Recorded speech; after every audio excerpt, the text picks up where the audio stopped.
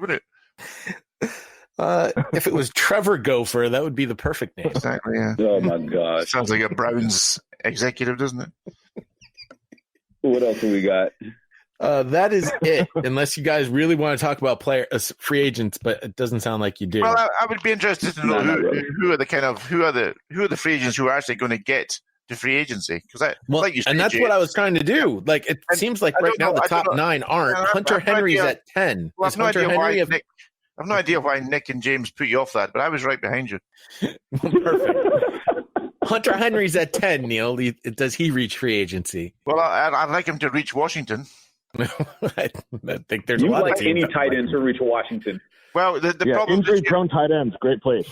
Just to say, in terms of the draft, Jay, the tight end group's terrible. So anybody in the free agency there is going to make money this year.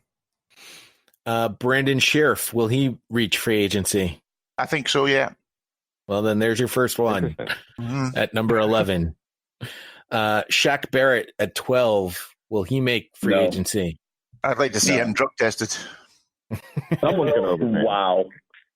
Yannick Ngakoue. Possibly. Rob is He's going to make a ton of money. Yeah, Rob's very keen on getting him to Buffalo.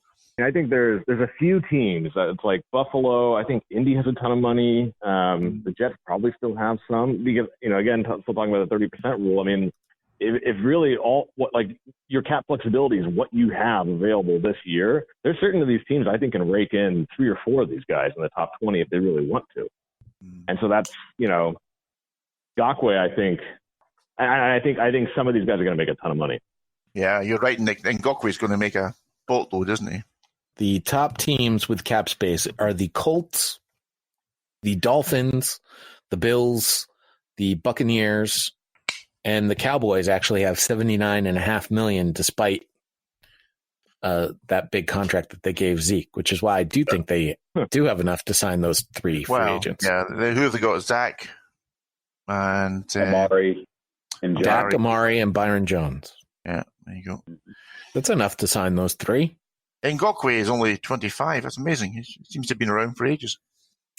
The Jaguars certainly will not be able to re-sign him, as they are $1.8 million over the cap currently. So the Vikings $10 million over the cap. It'd be interesting to see what the Vikings end up doing from a cap space position. Keeping their quarterback apparently. Like 3 different. Yeah. Anthony Harris, AJ Green with the Bengals. Be interesting to see if he actually reaches free agency. He will. I think he will. To me. I really don't want him. I really don't. It's like every other game he's got a foot problem that he's dealing with. Yeah, but he's had a year off and there's been nothing wrong with him this year. That's one way to look at it, I suppose. That is true, though. He hasn't been injured. Come on. But he got hurt in the preseason game, and when he came off, the Bengals were still winless. Yeah. There was no reason for him to suit up. And then he was just getting back to full fitness and ready to go, and then they put in Finley at quarterback. He thought, I'm not having any of this.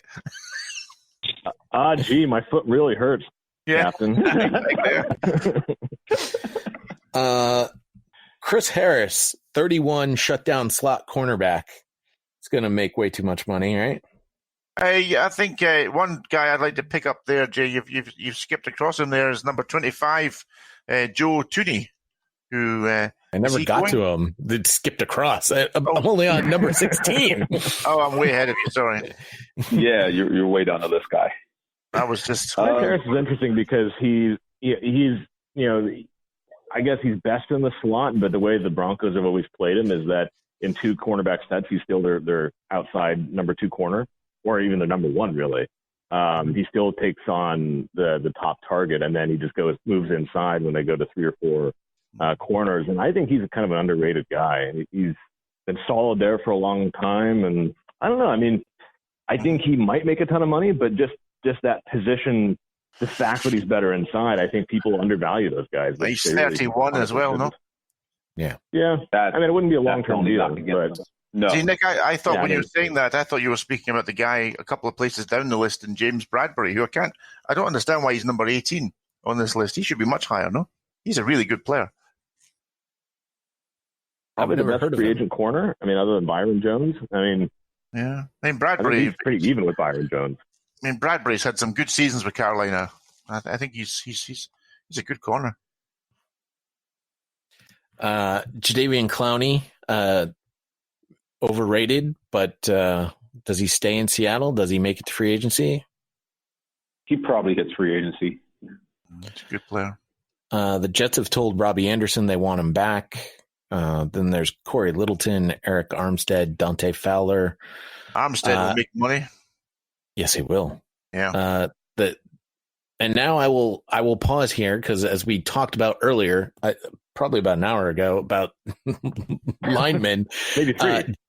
Jack Conklin and Joe Thuney at 24 and 25, and I feel I don't want Joe Thuney to hit free agency, but I feel like he's going to. I mean, hasn't your offensive line coach retired, Jay? Yes, that's the third time. Yep.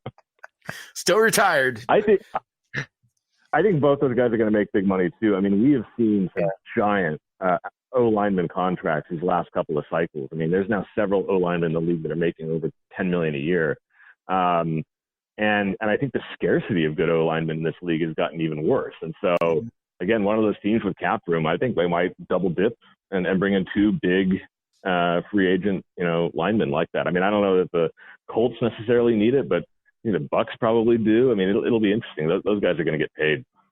Maybe Thuney will follow Tom Brady to Los Angeles Chargers. Yeah, he's allowed one sack in his last 41 starts. That's pretty good going. That is. Matt Judon. I know he wants to be with Baltimore, but Baltimore has a long history of letting their linebackers go. Yeah, I don't think they let this one go. With James, yeah. Judon's good. What I am curious, I mean, with the deep wide receiver class, Emmanuel Sanders is listed as the 30th top free agent here at 33 years old. I just don't see it. Who's going to pay Emmanuel Sanders when you can just get a nice young kid out of the draft? Especially this year, yeah. This year, it's a tough year for free agent wide receivers with this draft class coming out. Yeah, and what the Eagles went through with Deshaun Jackson last year, we're not signing any of the wide receivers over 30. He's not going to get big money, but I think he'll make a difference for a team. I mean, he was a huge addition to the Niners late, and I think he's been sort of an underappreciated piece in Denver for a while. Teddy Two Gloves is at 32, but he's probably the only quarterback that we've named so far that's actually going to reach free agency. Yeah. Quite possibly, but it all depends on what he and the Saints want. But then, and this still hinges on what Drew Brees decides to do. I know we mentioned him early in the top of this, but ultimately, does Drew Brees retire? Because right now we're in the same holding pattern that we were in several years ago with Peyton Manning and the Broncos and some 6'8" bonehead who decided to shoot his mouth off about not wanting to be patient. Well, the Drew Brees has said that he's either playing for the Saints or he's not playing. So, and the Saints seem to be pretty clear that they will go with Drew Brees, but if it's not Drew Brees, they're going to go with Taysom Hill. Oh yeah, they want Hill. I mean, Hill is if you take the emotional side out of it, Hill is a better quarterback right now. But also, I think Hill is a better player. I think he's a better quarterback. And based on his snap counts, you could tag him and say that he's like a fullback or something and pay him very little. We had that conversation. We had that conversation, yes. We as far as like when he hits free agent, the type of money he asked for, because he didn't line up the majority of his snaps at quarterback this year. Yeah, I wouldn't like to negotiate with you, Nick. Jesus Christ, fullback. We're going to tag you as a fullback, but you're going to be our starting quarterback. Yeah, we're going to tag you as our ace special teamer. Yeah, you're a H-back, because that's not really a position anymore. We're actually going to pay you the league minimum, and you have no control. Bye. Derrick Henry, does he make free agency? What is the Titans? I think they're going to give him a Brinks truck and regret it a year from now. I mean, the Titans are at $53.2 million in cap space currently, and they've got to sign at least one of their quarterbacks. Can I just go? We know which one they're going to sign. Everyone knows which one they're going to sign. This is not a hard decision. They're going to resign Tannehill. They're going to resign Henry. They can't after the success they had towards the end of the season going to the playoffs, they can't not resign Henry. Can I go back to two other players there, Jay, that you this time you have passed over? Number 78 and 79. Number 33. Number 33, Leonard Williams, defensive tackle, who, just to emphasize the point I made earlier, there was a guy who went, number 5 overall, number 6 overall, defensive tackle, quality run stuffer. Now he's traded to the Giants, and now he's a free agent. What a wasted, he'll definitely hit free agency. Wasted pick that was. And then I'd go at number 35, Justin Simmons, who maybe Nick can say a little bit more about because he's from your division. I think, Nick, he's a quality young safety who's going to get paid. Yeah, he accounted for at least one of Mahomes' 5 interceptions this year. Quality young guy. I think they're going to try to keep him if they have the cap space because, I mean, they got to keep some young pieces there. Did he make the Pro Bowl? I have a funny feeling he was either made the Pro Bowl or was close to the Pro Bowl. He played really well. He wasn't one of the alternates? One of the snubs. Yeah, he should have been one of the alternates, Yeah, he was the 476th player in the Pro Bowl. Right. He's a good player. He's a good player. Just to revisit the Titans, Logan Ryan, also a free agent for the Titans. So they've got some roster building they got to do there in Tennessee. Back to the Patriots. Here we go. That wasn't back to the Patriots. I was talking about the Titans. Wasn't Logan Ryan a Patriot? Logan Ryan was a Patriot, but then again, anyone on the Tennessee Titans or Houston Texans was probably a Patriot at one point. That's also fair. Yeah. Pretty much. I have a feeling the Titans are going to make all the same mistakes that the Jaguars made after their kind of surprise AFC Championship appearance with Bortles. I mean, it seems like even the fan base understands that it would be a bad idea to give Tannehill a really long-term deal. And maybe Tannehill recognizes that it's his best shot at a second chance, and so maybe you shouldn't push it. But, you're going to give big money to a running back and commit in some way to a quarterback who's been good for 10 games. I mean, that's it's a lot riding on those two moves. Yeah. Eric Ebron is a tight end. He's probably due to make a lot of money, according to Neil. Neil is didn't he have the agent for all tight ends out there. I mean, didn't he have a really good 2018 and kind of was he one of these guys who refused to play because he was a bit hurt or something?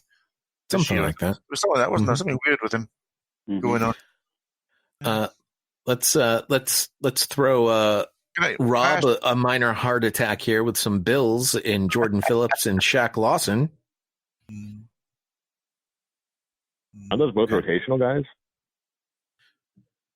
Maybe, but according to Evan Silva, arrow is going up on Jordan Phillips, and Shaq Lawson's coming off a career best year. Yeah. Okay. Yeah, I don't think either one of them, with the cap space the Bills have, neither one of them hits free agency. I think they get them locked up. Can I just go? Sorry, Jake. Can I just go back again to number 38 and ask James if Jason Peters is coming back? Peters wants to come back. The team wants him to retire so they can have more time to get Andre Dillard in there so he can be the new starting left tackle. But, when they tried to do that this season in spots, Dillard was completely out of his depth. Yeah. Eagles at $42.3 million in cap. Basically, I would say at this point on, this is where you find your gems, your diamonds in the rough, if you will. Day 3 of free agency.